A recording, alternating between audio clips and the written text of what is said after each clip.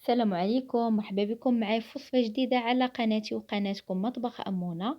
كنتمنى إن شاء الله تكونوا كلكم بخير وفي أحوال جيدة، ولقاكم هاد لا فيديو ديال اليوم في تمام الصحة والعافية. إن شاء الله غادي نشارك معكم شوكولات للدهن والحشو أيضا. كيجي رائع، كيعطينا كمية وفيرة والمذاق كيجي لذيذ بزاف. ان شاء الله الا جربتوه غادي يعجبكم وغادي يعجب حتى الوليدات، والقوام ديالو راه كيجي شي حاجه اللي زوينه. فبسم الله على بركه الله والصلاه والسلام على رسول الله. غنحتاج في المقادير عندي هنايا غادي نحتاج نصف لتر ديال الحليب، من الافضل يكون حليب معقم وكامل الدسم باش هكا يبقى لينا مده طويله. وغادي نحتاج البسكوي. بالنسبه للبسكوي انا استعملت هذا النوع هذا. الا استعملتو بسكوي بالشوكولاته كيكون احسن، يعني اللي فيه الكاكاو كيكون احسن. فهنا عندي 5 ديال العلب من هذا البسكوي هذا، ممكن ديروا حتى ل6 ديال العلب. غنحتاج معلقه كبيره ديال الزبده، من الافضل تكون زبده حيوانيه. غنحتاج معلقه صغيره ديال القهوه سريعه الذوبان كتبقى اختياريه. واحد الكيس ديال الكاكاو، ممكن ديروا معلقه كبيره يكون كاكاو نوعيه جيده. و100 غرام ديال الشوكولاته. بالنسبه لهذا البسكوي من الافضل تستعملوا اللي فيه الكريمه السوداء باش هكا يعطيكم مذاق زوين. ولا توفر حتى بالكريمه البيضاء ماشي مشكل.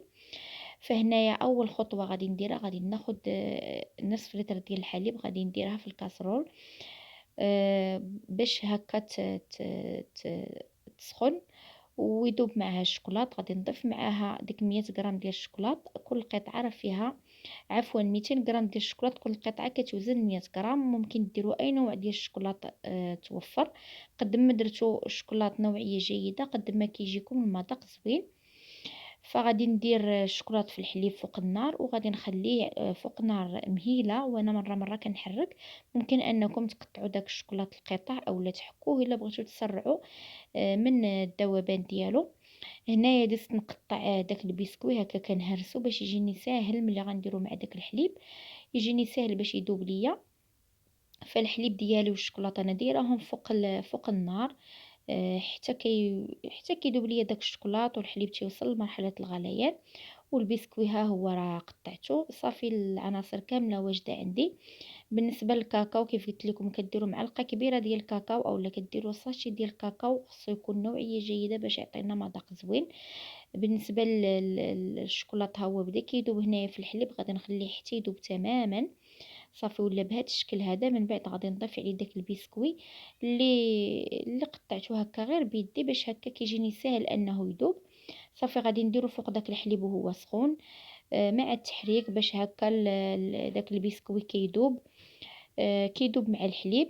صافي غادي نبدا نخلط هكا الخليط ديالي حتى كيذوب ليا اولا كيرطاب ليا داك البسكوي. كنضيف ديك المعلقه الصغيره ديال القهوه سريعه الذوبان، كتبقى اختياريه ايضا، ممكن انكم تستغنوا عليها ولكن كتعطينا مذاق زوين لان الشوكولاط مع القهوه كيتواتاو.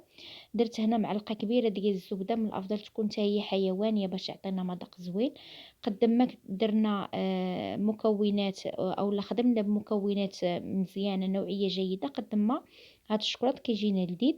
هنا غادي نضيف داك الكيس ديال الكاكاو وغادي نخلط العناصر كامله حتى كيبان ليا داك البسكوي رطاب هكا وتشرب هذاك الحليب. صافي وغادي ندوز نطحن الكل. انا غادي نطحن بالبغا ميكسور، ممكن ديروا في الخلاط ديال هكا ديال العصير، ولكن هاد البغا ميكسور كيبقى كلشي في الكاسرول يعني ما كنضيعوش الخليط ديالنا.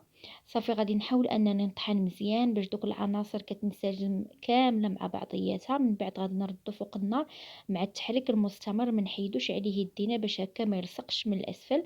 ومن الافضل تخلطوا بشي ملعقه خشبيه كيكون افضل لان هذا الفوي ما كيوصلش للجوانب. صافي كيف كتشوفوا الخليط ديالي وصل لهاد المرحله يعني بدا كيتقال. فهاد المرحله هذه غادي نحيدو وغادي نعاود نطحنو بداك الطحان يدوي. فهاد المرحله ملي كنطحنوه بحال كنهبطوا ليه درجه الحراره، وايضا كنميكسيو الا كانوا باقين حبيبات اولا شي حاجه كتحيد، وحتى اللون ديالو كيزيد يفتح. صافي هنايا غادي نعاود نطرب بالميكسور مزيان حتى كينسجم ليا هاد الشكلاط وكيعطيني واحد القوام هكا كريمي واملس. صافي وغادي نحتفظ به في كتحتفظوا به في علبة زجاجية اللي كتكون معقمة من قبل. دائما طريقة التعقيم اللي كندير انا القريعات انني كنغسلهم مزيان بالسائل ديال التنظيف، وتنغسلهم بالماء والخل في الاخير. من بعد كنديرهم في واحد الفران اللي تيكون سخون من قبل وطافيين عليه، اولا كنديرهم في ميكرووند نشعل عليهم واحد الدقيقة صافي، وتنخلي القريعات ديالي حتى كيبردوا، وكنعمر فيهم هكا المربى اولا الشكلاط اولا الحاجة اللي بغيت نحتفظ بها مدة طويلة. صافي هذا هو الشكل ديال الشكلاط بعد ما طحنته كيعطيني هذا الشكل هذا. غادي نديرو في هذه القرعه اللي يعني كيف قلت لكم ديجا عندي معقمه. دائما ديروا واحد المنديل من الاسفل لان القرعه كتكون زجاجيه وكيكون السطح بارد والشكلاط كيكون سخون، يقدر ان القرعه ديالكم ترتق.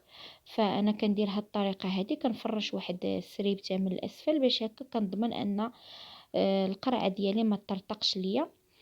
صافي هنايا كنخوي ديك الكميه كامله ديال الشكلاط في هذه القرعه، وحاولوا انكم ما تسدوش عليها حتى كتبرد، لان الا سديتوا على القرعه ديالكم وهي سخونه داك الحراره يعني كدير البخار في هكا في الغطاء ديال هاد القرعه هذه كتندي، وبالتالي راها غادي تفسد لينا الشوكولاته ديالنا.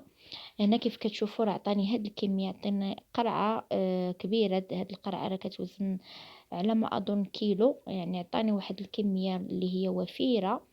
وهذا هو القوام ديالو كيجي بهذا الشكل هذا، وقد ما كيبرد راه كيزيد يعقد. صافي كيف قلت لكم بالنسبه لطريقه الاحتفاظ راه كنغطي القرعه ديالي مزيان باحكام، وكنحاول ناخد منها بواحد المعلقه اللي تكون ناشفه، ونحتفظ به في الثلاجه. وقت ما استعملت منه كنحطه في الثلاجه كيدي ليا حتى الاسبوع، راه كيجي رائع هكا. كنعمر به البريوش، كندهن به الخبز الوليدات، وهكا تقدروا تستعملوه حتى يعني فوق الطورطات. راه كيكون واحد الشوكولاته اللي كتجي رائعه ان شاء الله. الا جربتوه غادي يعجبكم لانه كيجي لذيذ وكيعطي كميه وفيره. كان هذا هو الفيديو ديال اليوم، كنتمنى ان شاء الله يعجبكم، ونتلاقاو في فيديو جديد ووصفه جديده على قناتي باذن الله.